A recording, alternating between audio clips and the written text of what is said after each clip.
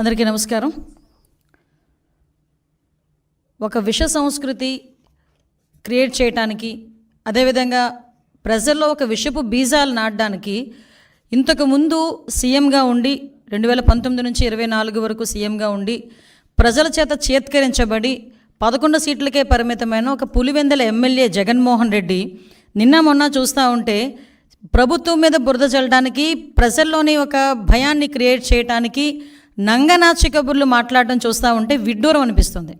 ఎందుకంటే సుమారుగా 2019 నుంచి 24 వరకు కూడా అతను సీఎం అయిన తర్వాత నుంచి కూడా అంబేద్కర్ రాజ్యాంగాన్ని పక్కన పెట్టి రాజారెడ్డి రాజ్యాంగాన్ని ఇంప్లిమెంట్ చేయడానికి పోలీసుల సైతం తన చెప్పు చేతుల్లో ఉంచుకొని ప్రజలందరినీ భయభ్రాంతులను చేసి, ప్రజల మీద హత్యలు చేసి, ప్రజల్లోని ఒక భయానకమైన వాతావరణాన్ని క్రియేట్ చేసి, ఇతగాడు కనుక ముఖ్యమంత్రిగా ఉంటే మేము ఎవరూ కూడా బతకలేము అన్న ప్రజల్లోని ఒక అభిప్రాయం ఏర్పడిందంటే అతను రాజారెడ్డి రాజ్యాంగాన్ని ఎంత క్లియర్గా ఇంప్లిమెంట్ చేస్తాడో మనందరికీ అర్థమవుతుంది. దాని యొక్క పర్యవసానమే చంద్రబాబు నాయుడు గారు లాంటి వాళ్ళు, పవన్ కళ్యాణ్ గారు లాంటి వాళ్ళు, మోడీ గారు లాంటి వాళ్ళు ఈ రాష్ట్రానికి అవసరము, ఈ రాష్ట్ర అభివృద్ధికి అవసరం అనే ఒకే ఒక ఉద్దేశంతో 164 సీట్లు ఎన్డీఏకి ఇచ్చి ప్రజలు ఈరోజు గెలిపించి సీఎం స్థాయిలో మన చంద్రబాబు నాయుడు గారిని, డిప్యూటీ సీఎం స్థాయిలో పవన్ కళ్యాణ్ గారిని కూర్చోబెడితే అది చూసి ఓర్వలేక ఏ రకంగానైనా గవర్నమెంట్ మీద బురద చల్లుదాము, గవర్నమెంట్ని ఇరకాటంలో పెడదాము అని చెప్పి శవ రాజకీయాలు అన్నవి స్టార్ట్ చేసిన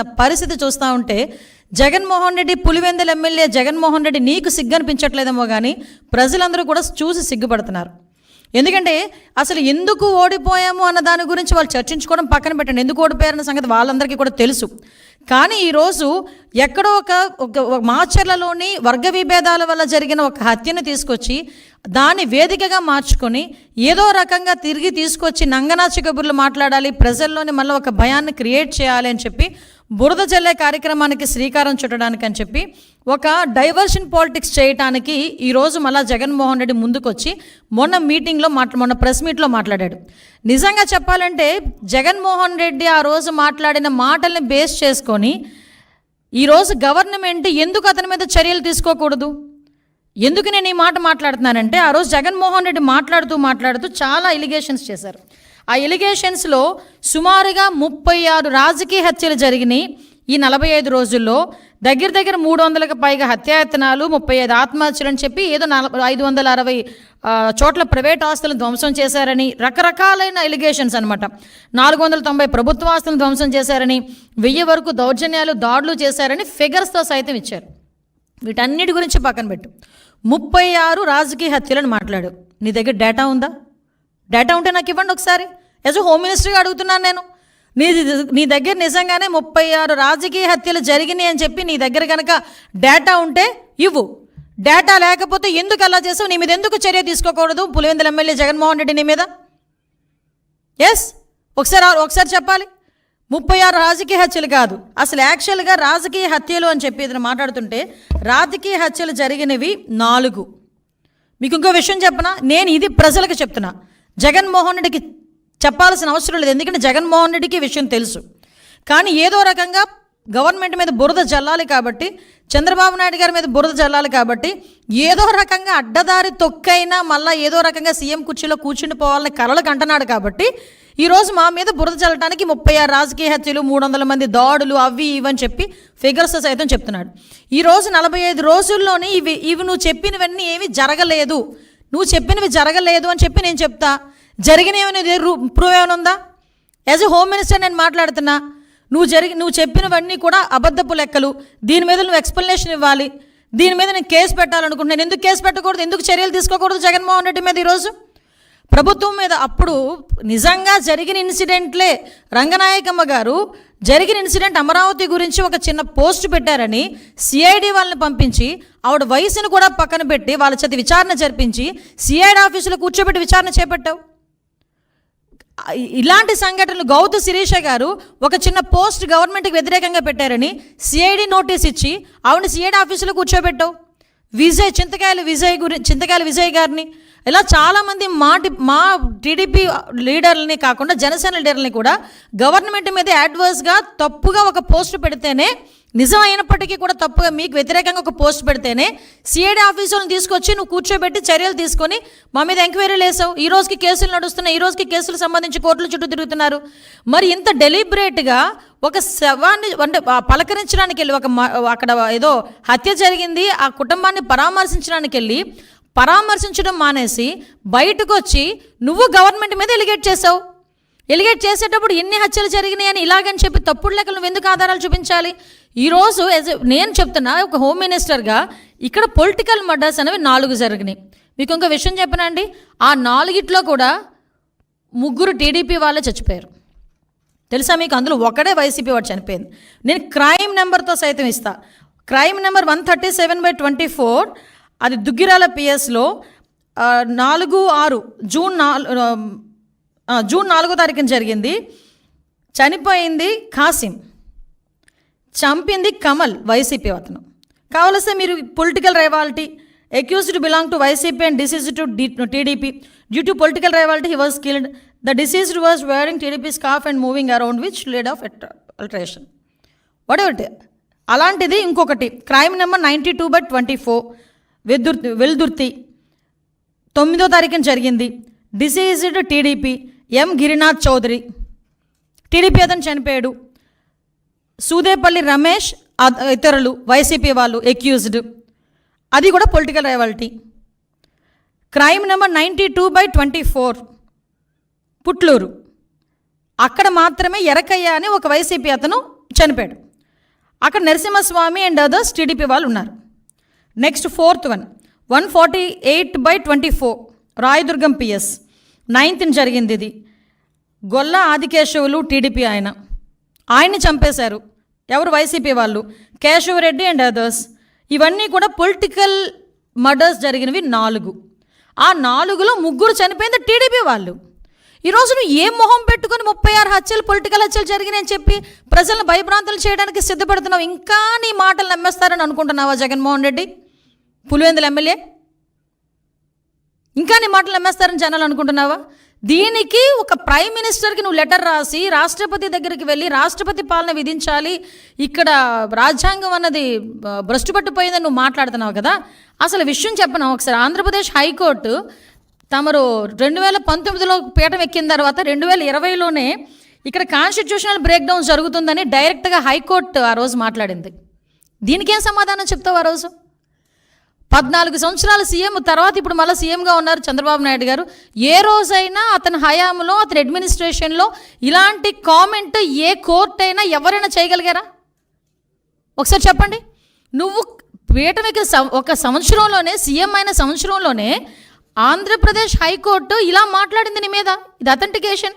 నేనేం వేగ్గా మాట్లాడట్లా, అబద్ధం చెప్పట్లా నీకులాగా. అంటే నువ్వు ఈరోజు పొలిటికల్గా మన కాన్స్టిట్యూషన్ బ్రేక్ డౌన్ అవుతుందని చెప్పి రాష్ట్రపతి పాలన విధించాలని ఏకంగా మాట్లాడుతున్నావంటే నీకు ఎంత తహతహగా ఉందో అధికార పీఠంలో కూర్చుని పోవడానికి నాకు అర్థం. అంటే అధికారం కోల్పోయి నెల రోజులకే ఏ రకంగానైనా దొడ్డిదారిని ఎలా అయినా వెళ్ళిపోవాలని ప్రజల్ని మభ్యపెట్టడానికి నువ్వు చేస్తున్న మైండ్ గేమ్ క్లియర్గా జనాలకు అర్థం కావాలనే ఉద్దేశంతోనే నేను ఈరోజు ప్రెస్ ముందు కూర్చున్నాను. అనిత గారు ఆలోచించుకోమని మనం చేస్తున్నాం. నీ మీద ఆరోపణ చేస్తున్నారు వాళ్ళు, నువ్వు సరిగ్గా పని చేయటం లేదనేటువంటి భావనతో మాట్లాడుతున్నారు. అందువల్లనే కానీ వాళ్ళ తెలుగుదేశం ఆఫీస్లో చంద్రబాబు నాయుడు గారు నన్ను చురుగ్గా పనిచేయట్లేదని అన్నాడు, అందువల్ల గట్టిగా చురుగ్గా మాట్లాడాలని ఇవాళ తెలుగుదేశం ఆఫీసులో ప్రెస్ మీట్ పెట్టి జగన్మోహన్ రెడ్డి గారిని, వైసీపీని చాలా ఇష్టం వచ్చినట్టుగా మాట్లాడే కార్యక్రమం చేశారు. ఏమంటది? పులివెందుల ఎమ్మెల్యే అంటే మాజీ ముఖ్యమంత్రి అనటం ఇష్టం లేదు ఆమెకి. పులివెందుల ఎమ్మెల్యే నువ్వు మా మీద ఆరోపణలు చేస్తావా? 36 హత్యలు జరిగాయని చెప్తావా? మర్యాదగా హత్యల లిస్ట్ నాకు, లేకపోతే నీ మీద కేసు పెడతా. అంటే 36 రాజకీయ హత్యలు ఈ 45 రోజుల్లో జరిగాయి అంటే అది తప్పట. జగన్మోహన్ రెడ్డి గారి మీద కూడా కేసు పెడతారంట. పెట్టమ్మా, నీకు ఆ పవర్స్ ఉంటే పెట్టు తల్లి, కాదని మేము అంటలేదే. పెట్టడానికి అవకాశం ఉంటే పెట్టకుండా ఉంటారా మీరు? నాకు అర్థం కాల. రఘురామకృష్ణరాజు కేసు 3 సంవత్సరాల తర్వాత కేసు పెట్టారు కదా మీరు. జగన్మోహన్ రెడ్డి గారి మీద ఏ మాత్రం అనుమానం ఉన్నా, ఆస్కారం ఉన్నా తప్పుడు కేసులు పెట్టడానికి మీరు సిద్ధమవుతున్నారు అనేది మాకు చాలా స్పష్టంగా అర్థమవుతుంది. దాంతోపాటు ఏదో అందండి, మాట గుర్తు రావట్లేదు నాకు. జగన్మోహన్ రెడ్డికి ఏమైనా మైండ్ దొబ్బిందా అంది. ఎవరు అన్నది తెలుసా? హోంమంత్రి గారు, మహిళా హోంమంత్రి గారు. జగన్మోహన్ రెడ్డి గారికి మైండ్ దొబ్బిందా అనే మాట మాట్లాడుతున్నామంటే తల్లి ఏం చెప్పాలి? ఈ రాష్ట్రంలో ఇంకా లా అండ్ ఆర్డర్ను కాపాడేటటువంటి పరిస్థితి నీ దగ్గర ఉందని మేము నమ్మాలా? ఎవరికి మైండ్ దొబ్బింది? నువ్వు సరిగ్గా పని చేయటం లేదు అన్న చంద్రబాబు గారికా? లేదు. ఇట్లాగే మీడియా సమావేశంలో మిత్రులు అడిగారు, ఏమండి అక్కడ అలా జరుగుతుంది, ఇక్కడ ఎలా జరుగుతుంది, మీరు కట్టడి చేయట్లేదు హోంమంత్రికి అంటే ఏం చేయమంటారు? నన్ను లాఠీ పట్టుకోమంటారా? తుపాకీ పట్టుకోమంటారా? అన్నవాళ్ళకు దొబ్బిందా? నువ్వు లాఠీ తుపాకీ పట్టుకుంటావా? లాఠీ పట్టుకునేటటువంటి పోలీసుని అయ్యా లాఠీ ఉపయోగించు సందర్భం వచ్చినప్పుడు అని చెప్పు. తుపాకీ పట్టుకున్నటువంటి పోలీసు వారిని, ఎస్ఐని, సిఐని, డిఎస్పీని అవసరమైతే తుపాకీ ఉపయోగించమని చెప్పు, అన్నీ సర్దుకుంటాయి. నువ్వు లాఠీ పట్టుకోవాల్సిన అవసరం ఏముంది? నువ్వు తుపాకీ పట్టుకోవాల్సిన అవసరం ఏముంది? ఎంత వ్యవస్థ ఉంది, ఎంతమంది ఐపీఎస్ ఆఫీసర్లు ఉన్నారు, ఎంతమంది డీజీపీ ఐజీలు ఉన్నారు, ఎంతమంది ఎస్పీలు ఉన్నారు, ఎంతమంది డిఎస్పీలు ఉన్నారు. వీళ్ళందరినీ వదిలేసి నన్ను లాఠీ పట్టుకోమంటారా, నన్ను తోటా పట్టుకోమంటారా, నన్ను తుపాకీ పట్టుకోమంటారా అంటే జగన్మోహన్ రెడ్డి గారికి మైండ్ దొబ్బింది. ఏం మాటలవి? ఒక పద్ధతి లేకోకుండా మాట్లాడేటువంటి కార్యక్రమం చేస్తున్నారు.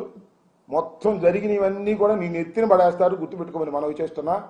కాస్త జాగ్రత్తగా మాట్లాడండి. మీరు ఇటువరకు లాగా తెలుగుదేశం మహిళా అధ్యక్షురాలు కాదు, యూఆర్ రెస్పాన్సిబుల్ పోస్ట్లో ఉన్నారు. మీరు హోంమంత్రిగా ఉన్నారు. ఈ రాష్ట్రంలో హోంమంత్రిగా ఉండి లా అండ్ ఆర్డర్ను కాపాడవలసినటువంటి వ్యక్తులు మీరు. బాధ్యత మీకున్నది. మీ దగ్గర పెద్ద వ్యవస్థ ఉన్నది. అదేమంటే పోలీస్ వ్యవస్థ నిర్వీర్యం చేసి ఎన్నాళ్ళు చెప్తారమ్మా ఈ కథలు? నాకు అర్థం కాల. ఎన్నాళ్ళు చెప్తారు పోలీస్ వ్యవస్థ నిర్వీర్యం అయిపోయింది అని? ఎన్నాళ్ళు చెప్తారు? ఓ నెల చెప్పారు, 2వ నెల వచ్చింది, ఇంకా చెప్తానే ఉంటారా? అదేమంటే వివేకానంద రెడ్డి హత్య, గులకరాయి, కోడి కత్తి, ఎన్నాళ్ళు చెప్పుకుంటారమ్మా అయ్యా? నేను అవన్నీ చెప్పే కదా మీరు అధికారంలోకి వచ్చారు. ప్రజలు నమ్మారో నమ్మలేదో కారణాలు ఏంటో అది వేరే విషయం. మేము అపోజిషన్లో ఉన్నాం. కేవలం 11 సీట్లతో పరిమితమై ఉన్నాం మేము. ఇంకా మీరు ఆ కథలు చెప్తే అట్టకు మీ కథలు చెప్పండి. మేమేదైనా అడిగితే వినుకొండలో హత్య జరిగింది, దీనికి కారణం ఎవరంటే అక్కడ బాబాయిని హత్య చేశారు, ఇదే సమాధానం. మొచ్చుమరిలో బాలిక యొక్క ఆచూకీనే మీరు చెప్పలేకపోయారు, చివరికి డెడ్ బాడీని కూడా పట్టుకోలేకపోయారంటే ఇంకో కథ మీరు చెప్తారు. ఇలా కథలు చెప్పేటటువంటి కార్యక్రమం కాదు.